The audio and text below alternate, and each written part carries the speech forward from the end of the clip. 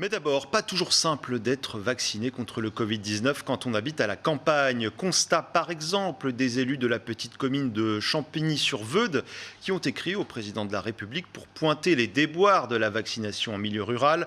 Alors quelle est la situation en Val-de-Loire? Exemple à Vendôme et Château-Renaud avec Paul Boyer. Le gymnase du Jeu de Pomme-à-Blois est le principal méga-centre de vaccination du Loir-et-Cher. Mais qu'en est-il des communes plus reculées? Comment se rendre dans un méga-centre lorsqu'on habite en zone rurale? Pour toucher ces patients de la campagne, un nouveau centre va ouvrir lundi prochain à Vendôme.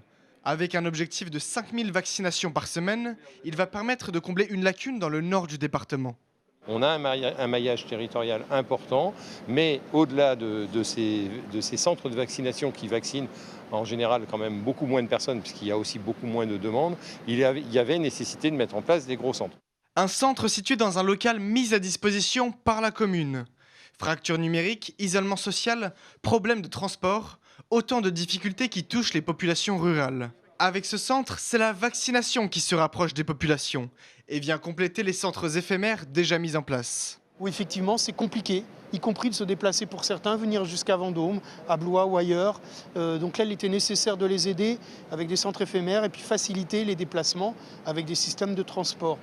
On arrive maintenant sur des tranches d'âge où la mobilité est plus facile. Je ne dis pas qu'elle est simple, mais elle est plus facile. Des méga-centres pour certaines communes, mais d'autres sont restés sur la touche. C'est le cas en Indre-et-Loire de Château-Renaud, commune de 5000 habitants. La maire s'est battue pour l'ouverture d'un vaccinodrome en vain. Voilà, malheureusement, malgré notre demande, avec les médecins, les infirmiers, nous étions prêts. Elle a donc décidé de mettre en place un système de bus pour accompagner les personnes âgées dans les centres de vaccination situés à Amboise et à Neuilly-Pompière, à 30 minutes de la commune. Petit minibus, 9 places. Alors bien sûr, il monte à 3 ou 4 personnes, parce qu'en effet, nous sommes un territoire rural. Les problèmes de mobilité, voilà, nous y sommes confrontés. Comme Brigitte Dupuis, de nombreux maires se sentent oubliés dans cette campagne de vaccination.